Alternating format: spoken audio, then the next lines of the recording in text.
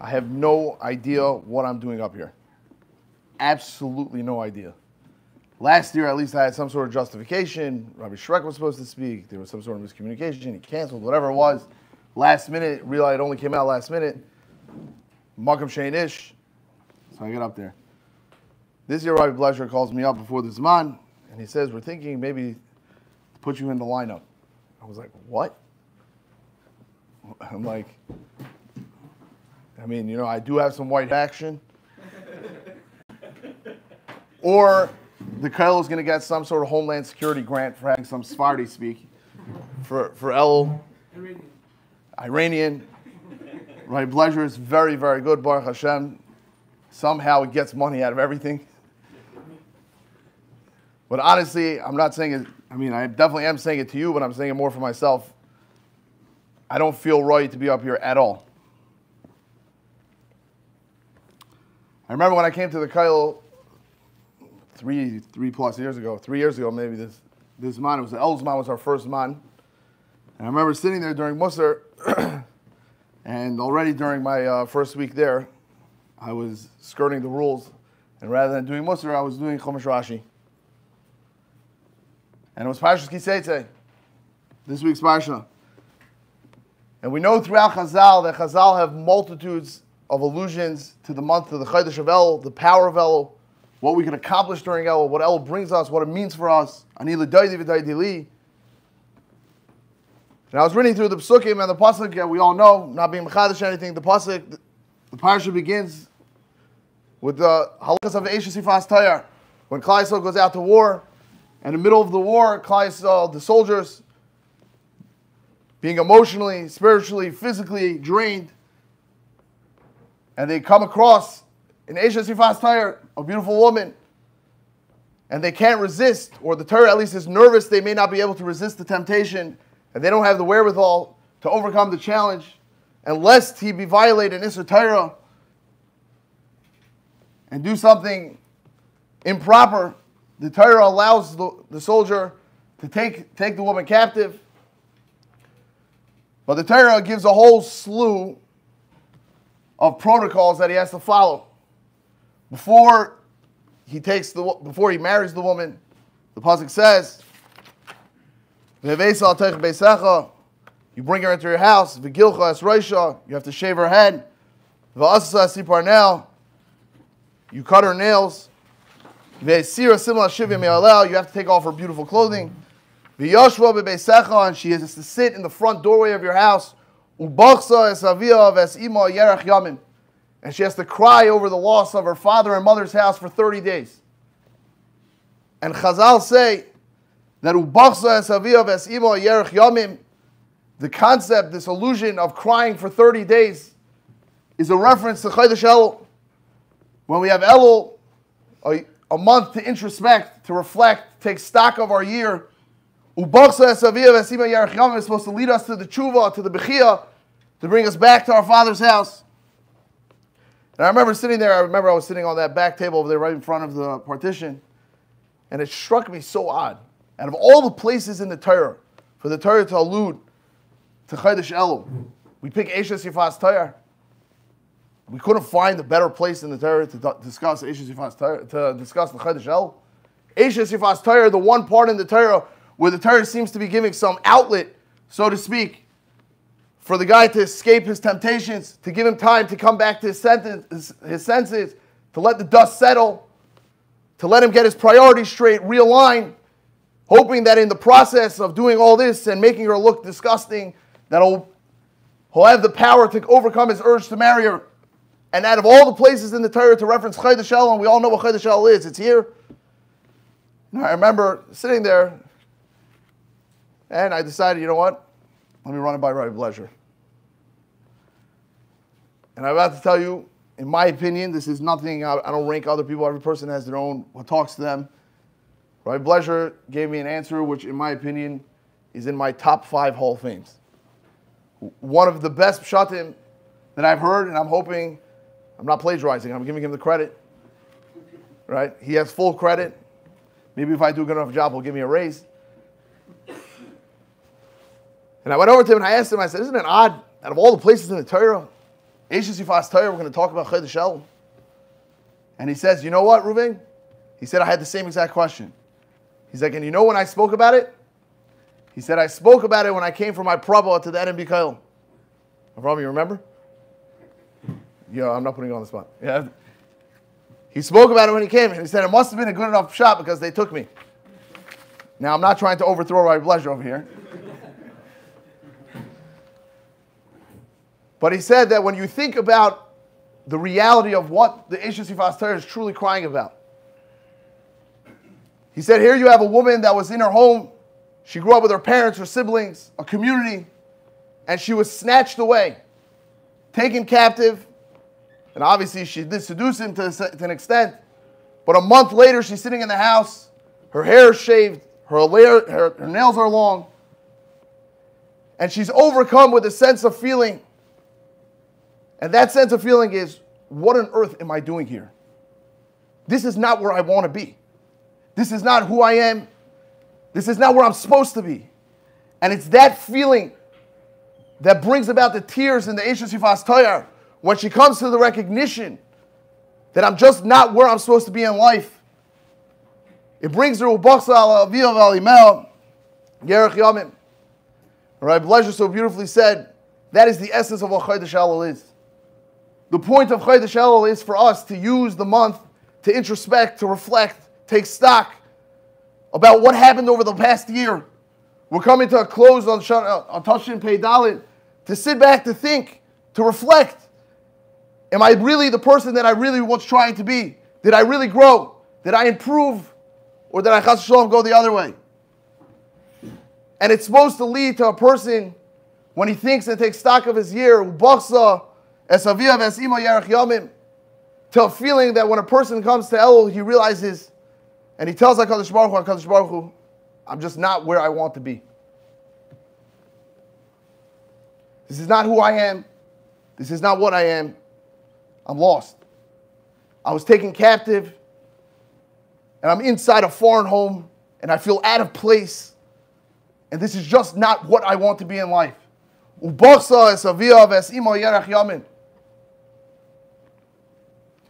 But if I may, I'm going to add maybe another layer, and it could be Rabbi Blezer even meant this, but I don't want to say it in his name in case he didn't. And I want to start with, the whole week I was debating back and forth how to present it.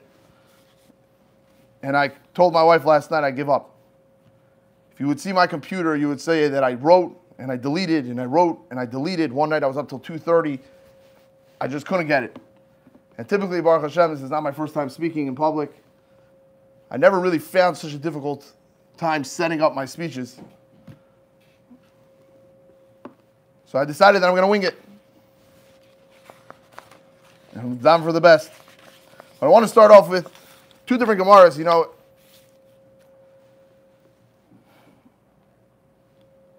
One of them is pertaining to tshuva directly.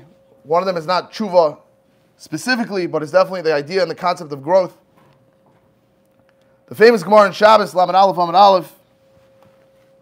The Gemara says that Ma'aseh B'Nochri Echad Shebol Lifnei Shammai.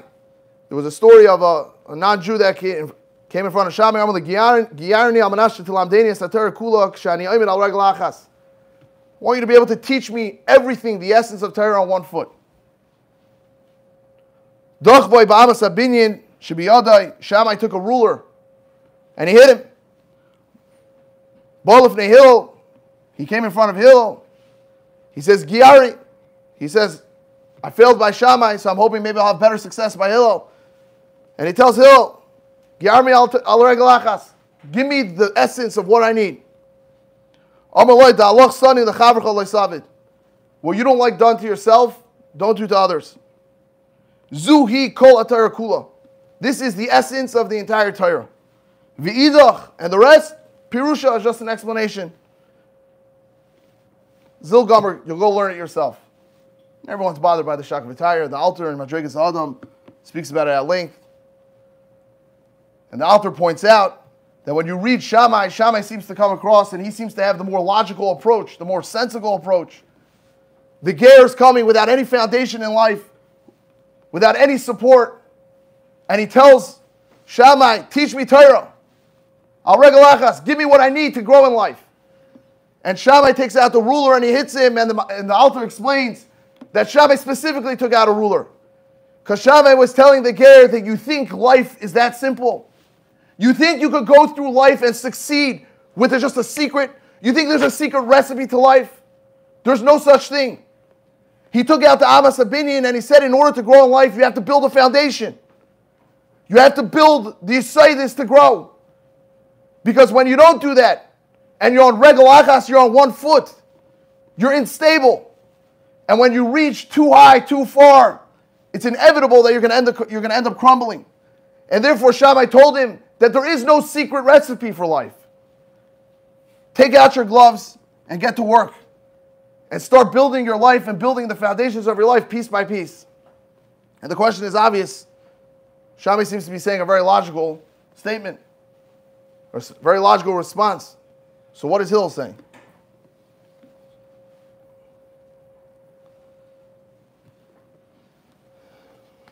There's a famous Rambam. I'm going to skip the second Gemara for lack of time, I think. The famous Rambam in Hilchos Tshuva, in Parak Beis, the Rambam says, Midarkei HaTshuva, from the ways of Tshuva, Liyas Hashav Tzaik Tamid Lefnei Hashem, that the one that's coming to do Tshuva should cry out in front of HaKadosh Baruch Hu, Bibchi u'b'sachanunim, v'oiset tzedakah kifi kaichai. He should cry out in regret for all the mistakes that he made. He should give tzedakah. U'misrachik harbim min hadavar shechat bai. And he should distance himself from all those things that lure him into making those same mistakes. And here are the key words that everyone knows. U'meshana shemai. The Rambam says the key to tshuva, you got to change your name. Kloimar, what does that mean? Ani acher, I'm a different person. Ve'eni oisa ish osa oisa amaisin. I'm not that same person that made the mistake. And on a simple level, the Rambam is telling us that the power of tshuva is the power of renewal. When we learn to change, when we learn to become a new person, and we learn that tshuva allows us the ability to have a fresh start in life, and who on earth does not want a fresh start? Who on earth could stand and say that they're perfect? How many of us could sit there every Rosh Hashanah when Rosh Hashanah comes? I can speak for myself. Every single year, I'm overcome by the same feeling. Another year. Where to go? Where am I? What did I do? Who am I? But when we recognize the power of tshuva and Meshana Shema, you can become a different person. You become a changed person. And then Nesiv Shalom brings down, I spoke this out last year, B'Shem the Beis Avram, that the truth is that this Rambam is telling us the key to the Zikui B'Yom Adin. How is it that we merit, after all that, the mistakes that we made over the course of the year, how is it that we merit to overcome those? And he says, because when we can tell HaKadosh Baruch Hu, I may be beaten, I may be broken, I may have fallen, I may have made mistakes, but HaKadosh Baruch Hu, I'm a different person, I'm a changed person. And the person that you're judging, he no longer exists. The person that you're judging is no longer alive. He's gone with the wind. Today, I'm a different person. I'm a new person. But the truth is that the Rambam is really saying something so much deeper.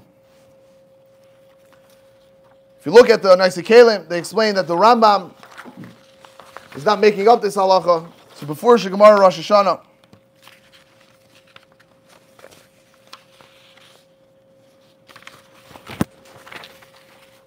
Gemara Hashanah Tezayna Beis Amar Rabbi Yitzchak Dal Dvarim Mekarin Gzar Dina Shel Adam. There are 4 things that a person can do to rip up the Gzar Din.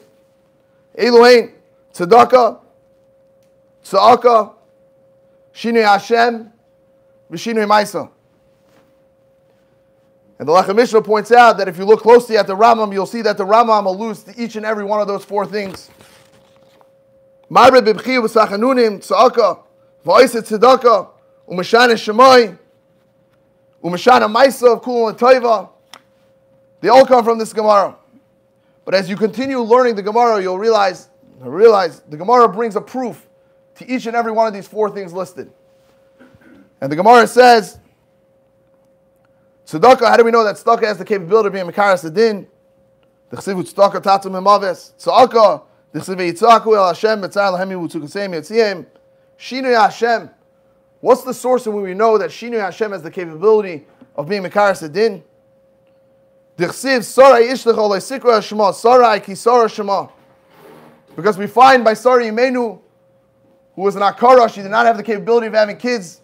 And when HaKadosh Baruch Hu changed her name from Sarai to Sarah, the Pasuk says that HaKadosh Baruch Hu promised her that she'll have the capability. She's a changed and a new person. And through that, she had the ability to have children. And when I was reading the Gemara, it struck me odd. This is the proof. This is the proof of the Rambam. Kloimar shu kumay ish acher. Sarah Imenu was not even discussing Chet. Sarah Imenu changed her name. Sarah Imenu, in actuality, in reality, had some sort of, however it works. When you change the name, you tap into other mazalis. Whatever the logic is, who knows? Me on Rosh Hashanah, what does that have to do with me? I'm not changing my name. I want to, but my last name. Not Cohen, the other one. Right? But I'm not actually changing my name. So what's the Shinui Hashem? And furthermore, what bothered me even more, why does the Gemara skip to Sarah? What about Avram? Avram Avinu, the Pasuk already told us before that Avram Avinu, HaKadosh Baruch Hu said, changed his name from Avram to Avram. How are we supposed to understand this Gemara? And I want to share with you something that I saw by Rav Shamshon Raphael Hirsch, that although may not give us, so to speak, the tactics of tshuva, but what it does do is changes our perspective perhaps on tshuva.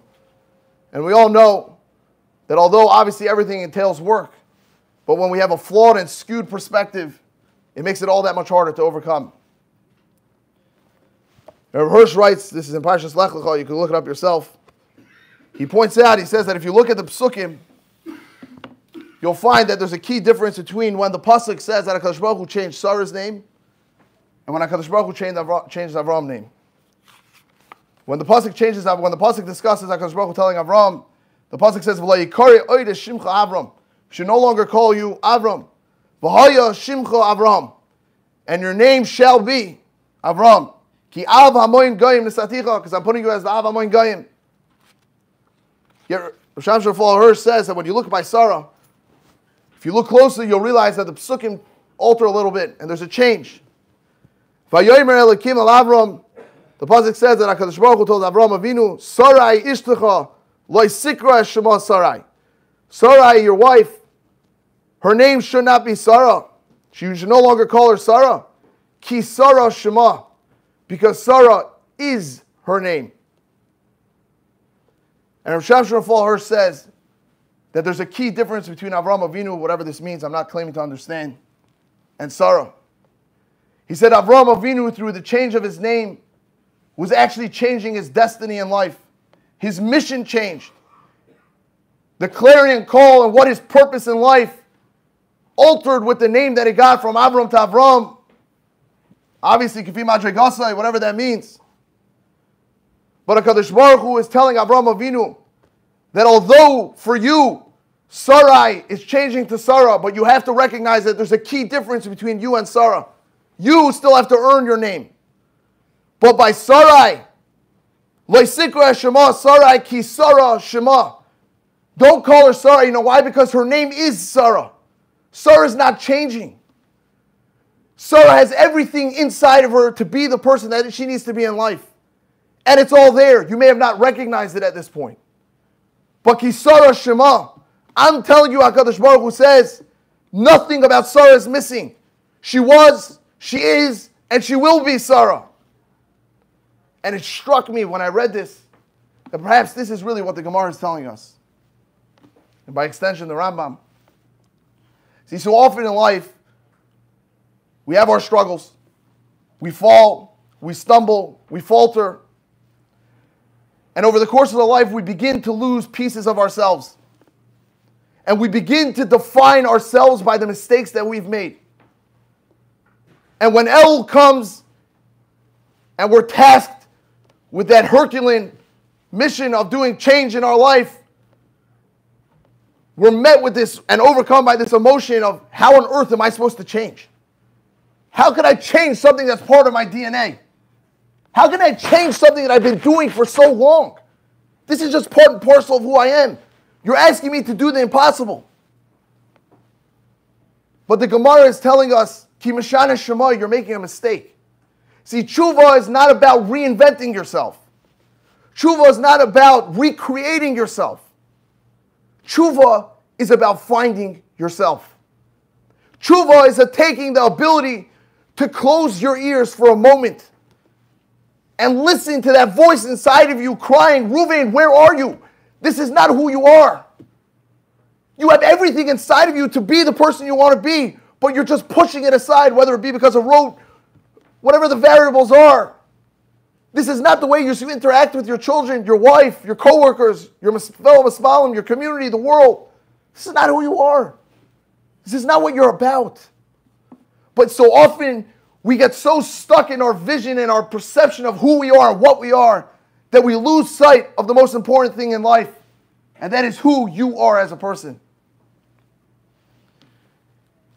I said, Chaim Shmulevitz brings down that by Matan Torah, there was no echoes. There were no echoes. And B'shas HaKadosh Baruch Hu said, Anochi Hashem Elokecha. None of the birds chirped. None of the dogs barked. There was complete, utter silence in the world. And I think really, the Medrash is being meramis, that really each and every person, inside of them, there's a little voice telling them, Anochi Hashem Elokecha. There's a little voice inside of them telling them that you could be so much more in life. You could be so much greater than you are. But the noise around you, the noise outside in the world, is drowning out that voice inside of you saying, Anochi Hashem Elokecha. But HaKadosh Baruch Hu by Matan Torah was telling Klal Yisrael that if you have the capability of shutting out the noise in life, if you have the capability of closing your ears and listening to that voice inside of you, you'll hear the words resonating, Anochi Hashem Elokecha. You'll hear the words you'll hear the desire, the passion inside of you to be someone better, to grow, not to change, but to find yourself in life, to recognize who we are and what we were about, to pick up the broken pieces of the puzzle that we lost after each and every one of our struggles.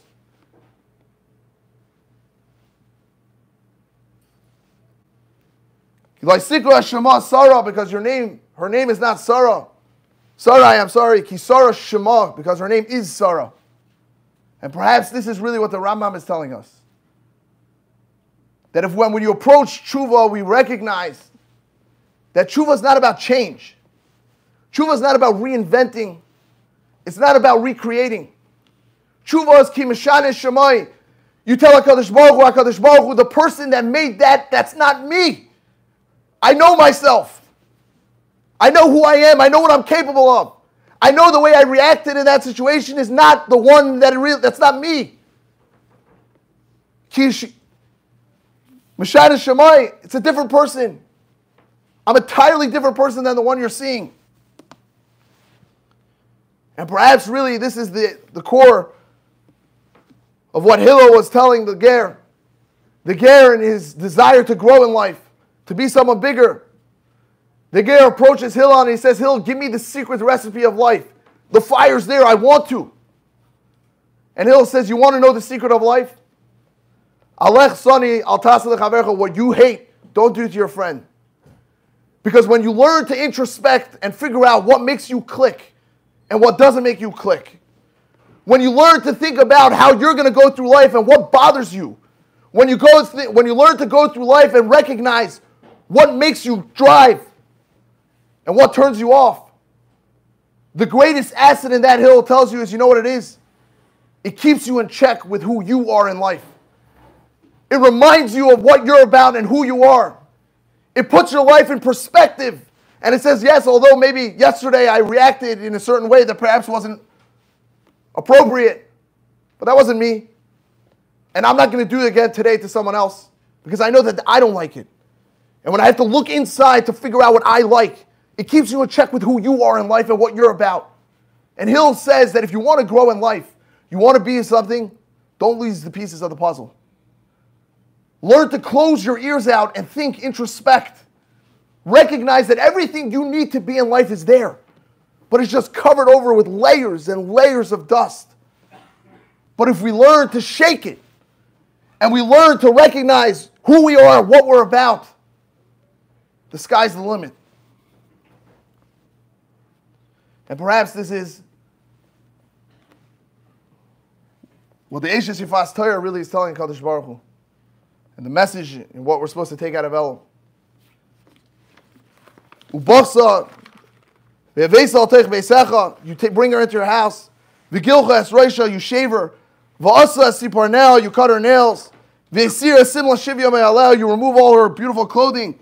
V'yashva be'beisecha, ubachsa es avia ve'esima yerach yamim. She cries for her mother. Because essentially what the Eish Sifas Torah is telling Kadosh Baruch Hu, if you look at me now, you will not recognize me. I once upon a time had beautiful hair, but it's all gone. I lost it. At one point in time, my nails were beautiful, but it's all gone. I lost it. And once upon a time, I had beautiful clothing, but at Kadosh Baruch Hu, I lost it. Ubachsa esavia ve'esima yerach yamim. What the Eish Sifas Torah is telling Kadosh Baruch Hu, I'm broken. I'm beaten. I'm scraped. I'm worn. I'm tired. HaKadosh Baruch Hu, I want to go back home. I want to go back to who I am, to what I am, to that sweet, loving child in your arms in your own house. Because I know that's what I am. But I've been taken captive in my life. Every part of my life has been broken and shattered. I fight. I struggle, I fall, I stumble, I'm broken, I'm bruised. But HaKadosh Baruch Hu, Bachsa, Esavia, Vesiva, Yerach Yamim, HaKadosh Baruch Hu, I want to come back home. I recognize that this is not who I am. Who I really am is the one with the beautiful hair. Who I am is the one with the beautiful clothing.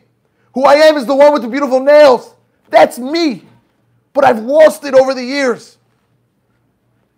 And the power of Chodesh Elul is that when we take that time to introspect and to think, who am I in life? What am I really about? Where are my broken pieces of the puzzle? And it will lead us, Yimir Hashem, to the feeling that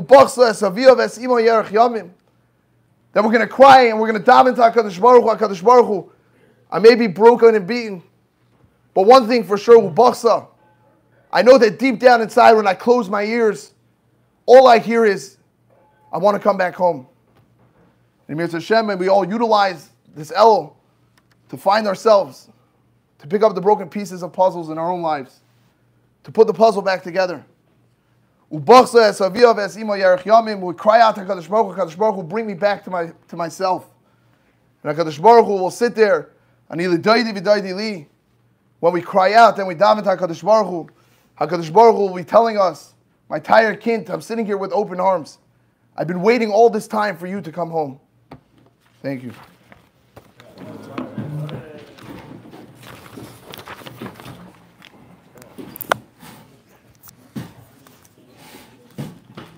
We got raised.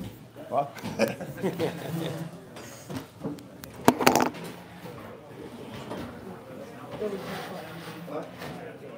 What?